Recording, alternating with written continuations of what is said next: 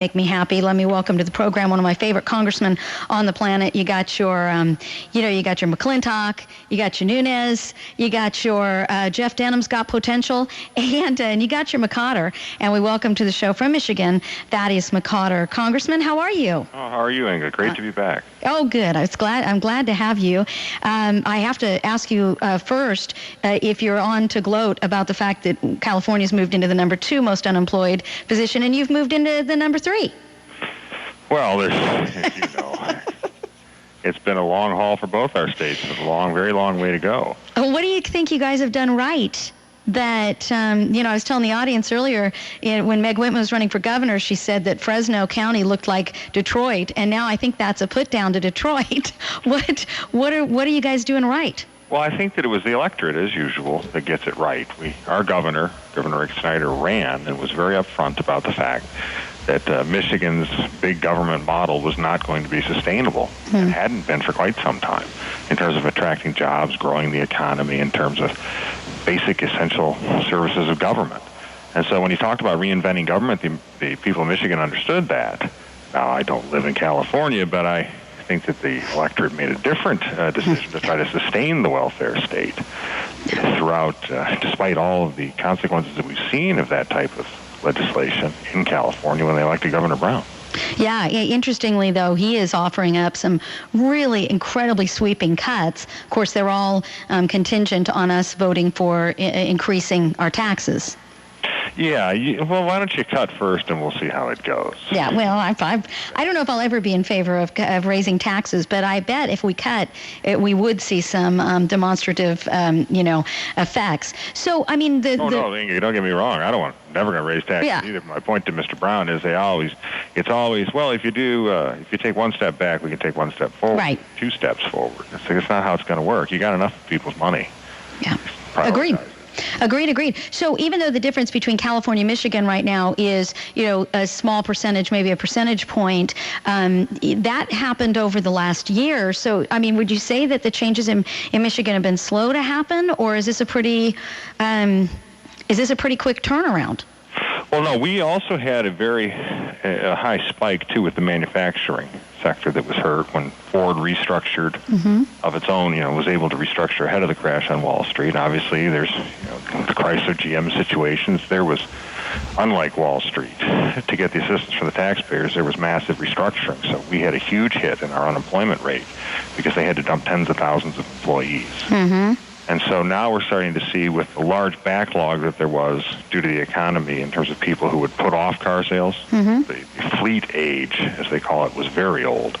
We're starting to see now that they've been restructured, along with Ford, which had already, I said, done it, you're starting to see people look at them again. They're looking at cars and saying, well, now might not be a bad time to make a purchase, because they've gone about as long as they can with many of the cars, with fixing them up and trying to get them through the next year. So can you say, Congressman McCotter, and it's okay if you say yes, just help me to wrap my brain around it, can it be said that the government intervening was ultimately helpful to the economy and to jobs in Michigan? In the sense that it was required to get them through, but not as they were. It was an intensified restructuring. The part that always frustrates some of us in Michigan is the fact that it was never really talked about how deep and painful the restructuring, how quickly it happened. In restructuring, we're talking about people losing jobs, entire auto dealerships, auto workers, white collar, blue collar, across the board. And I always do point out that we've had the precedent of the 1970s with the loan to Chrysler with Lee Iacocca that brought it back and repaid it with interest. It was not the situation that we've seen where they were called too big to fail. It was essentially going to be the loss of a manufacturing productive base in the United States. Whereas on Wall Street, what we saw is they just got to keep doing what they were doing. Yeah. And there were no changes required. There was no restructuring for the 21st century. This is not a case where it's something where we're saying that we're keeping the car companies as they were in 1970. It's quite the opposite. But with the financial markets, what the frustration is, and this is where it hurts states like California particularly hard too, is we've done nothing to free up the credit. The Wall Street bailout allowed the banks to recapitalize. They didn't have to loan any money out, so credit didn't loosen. The financial reform, quote unquote, that was passed by the Democrats in Congress and signed by President Obama did nothing to free up capital. It made it harder for capital to get to consumers and entrepreneurs and workers.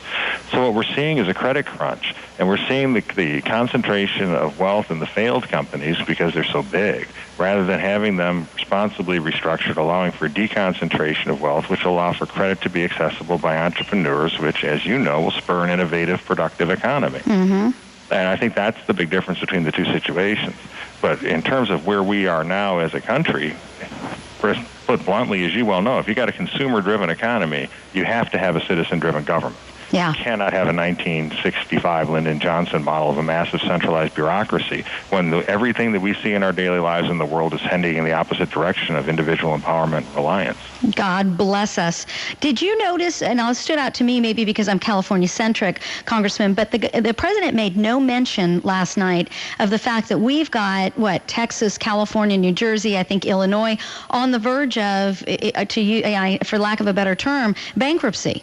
I don't know what that bankruptcy, I'm using little quotes with my fingers right now, I don't know what that looks like when we actually do it, but he made no mention of that. It's disastrous.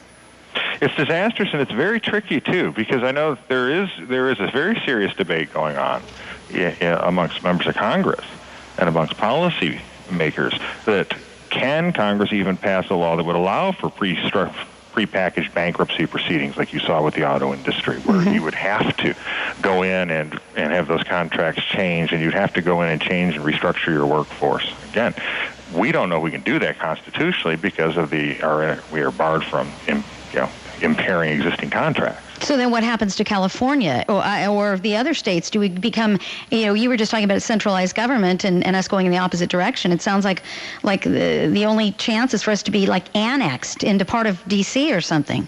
Yeah, we don't. Yeah, no one knows how they can do that because it's almost like an elaborate game of chicken in many ways between public service unions and the elected officials, where everybody knows that it's non-sustainable. Yeah.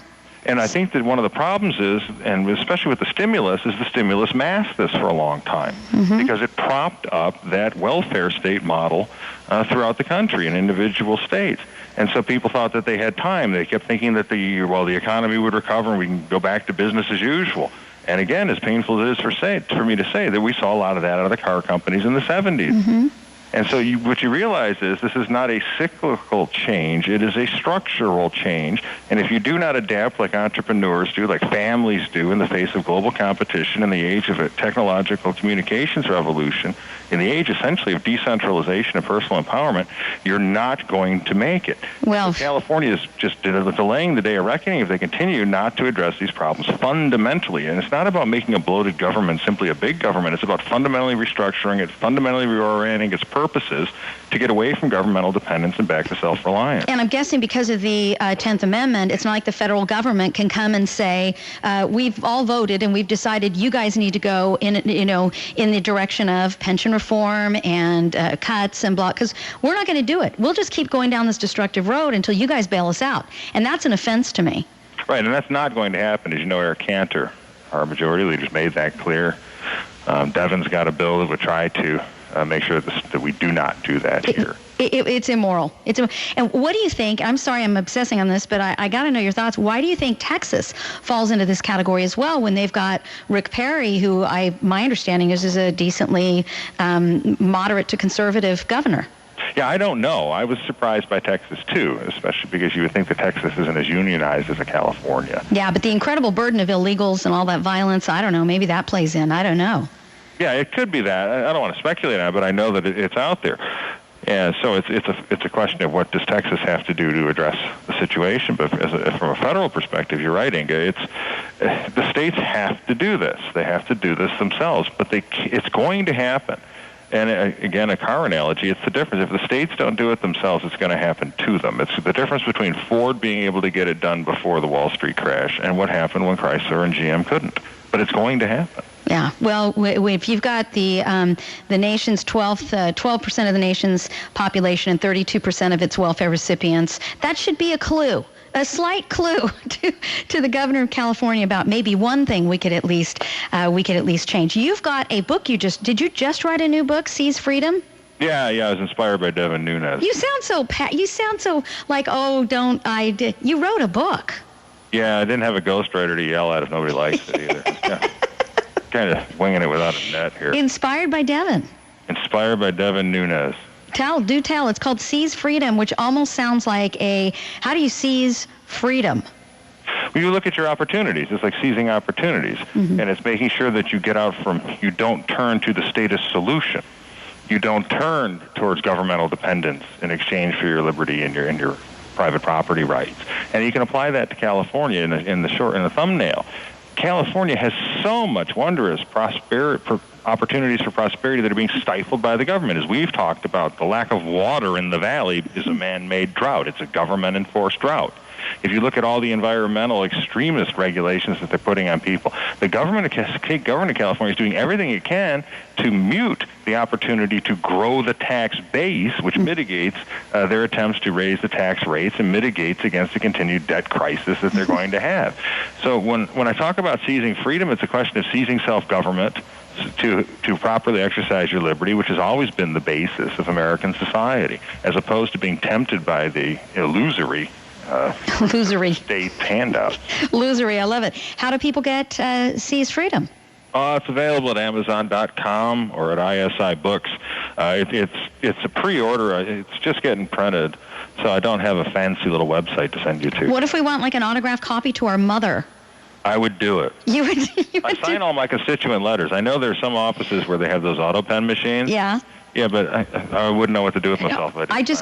Somebody just wrote me tonight on my Facebook when I said you're coming on, and they said not only does he respond quickly, but he responds personally, and that didn't surprise me in the slightest bit, so I'm glad to hear that you do that. Last question, Congressman McCotter, involving, I guess, the Seize of Freedom, and you just talked about regulations that are overburdensome. The president said last night, hey, I'm all for taking a second look at the regulations we have, but we still have to have regulations that protect the people. So in one sentence he said, let's take a look at them and we're not overturning a thing. Is there any power that the majority now, you and Devin and McClintock and who else could I think of? I mean, is there anything that together you guys are going to be able to do now because you are in the majority to take a stab at overturning or defunding or whatever these overburdensome regulations? Oh, we're going to continue to do that through the oversight power and the power of the purse. All spending bills originate in Congress.